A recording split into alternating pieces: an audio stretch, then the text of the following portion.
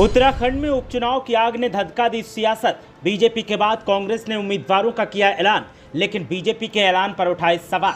बाहरी वर्सेस स्थानीय की सियासत को अब कांग्रेस दे रही हवा। बीजेपी के उम्मीदवार करतार सिंह भड़ाना के कर कमलों का खोल दिया काला चिट्ठा। हरियाणा के नेता को बीजेपी ने पहाड़ियों पर थोपा। कांग्रेस ने देखिए क्यों कहा छुरा घोपा। क्यों उपचुनाव बनता जा रहा साख का सवाल। देखिए किसके पक्ष में आवाम और क्यों है बवाल। लोकसभा चुनावों को अभी जुम्मा 4 दिन बीते हैं कि उत्तराखंड की सियासत में हल्ला बोल का दौर दिखाई दे रहा है। 2 विधानसभा सीटों पर होने वाले उपचुनाव को लेकर सनसनी का माहौल है। तो अब कांग्रेस पार्टी और बीजेपी आमने सामने है और कांग्रेस पार्टी उपचुनाव में उम्मीदवारों के ऐलान के साथ ही बाहरी बनाम स्थानीय का मुद्दा जमकर भुनाने की कोशिश कर रही है। करतार सिंह भड़ाना वो नाम है जिसे बीजेपी ने उम्मीदवार बनाया है और हरियाणा के इस नेता को पहाड़ियों पर थोपने का आरोप कांग्रेस ने लगाया है। तो साथ ही गर्मा दसौनी ने करतार के तमाम काले चिट्ठे खोलकर रख दिए। आप भी सुनिए खुलासा क्या हुआ है। कम समय में करतार सिंह भड़ाना पर सारा विश्वास दिखाना और अपने कार्यकर्ताओं को हाशिए पर रखना भारतीय जनता पार्टी को बहुत महंगा पड़ेगा।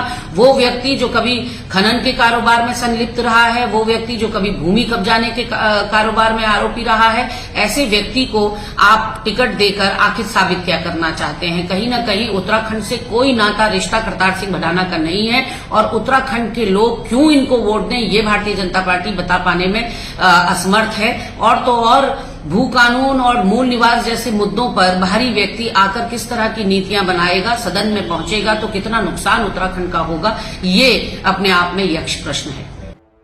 बीजेपी ने बद्रीनाथ विधानसभा सीट से कांग्रेस के बागी राजेंद्र भंडारी पर दांव लगाया है, तो करतार सिंह भड़ाना को बीजेपी ने मंगलौर सीट से उम्मीदवार बनाया है। कांग्रेस ने बद्रीनाथ सीट से लखपत बुटोला को मैदान में उतारा है और मंगलौर सीट से कांग्रेस ने काजी मोहम्मद निजामुद्दीन को मैदान में उतारा है।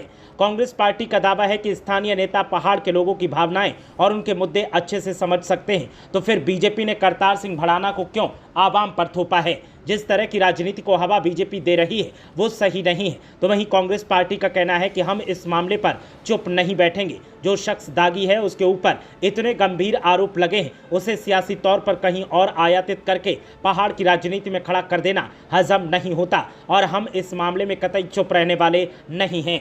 आपको बता दें कि कांग्रेस पार्टी की तरफ से बीजेपी पर लगातार सियासी हमले किए जा रहे हैं और कांग्रेस पार्टी की कोशिश है कि वो हर हाल में स्थानीय बनाम बाहरी का रंग इस उपचुनाव को देकर सत्ताधारियों की पोल खोलने का काम करे और आवाम को अपने पाले में कर ले। लेकिन देखना यह है कि क्या कांग्रेस पार्टी इसमें सफल हो पाती है या नहीं। ब्यूरो रिपोर्ट, देवभूमि अपडेट।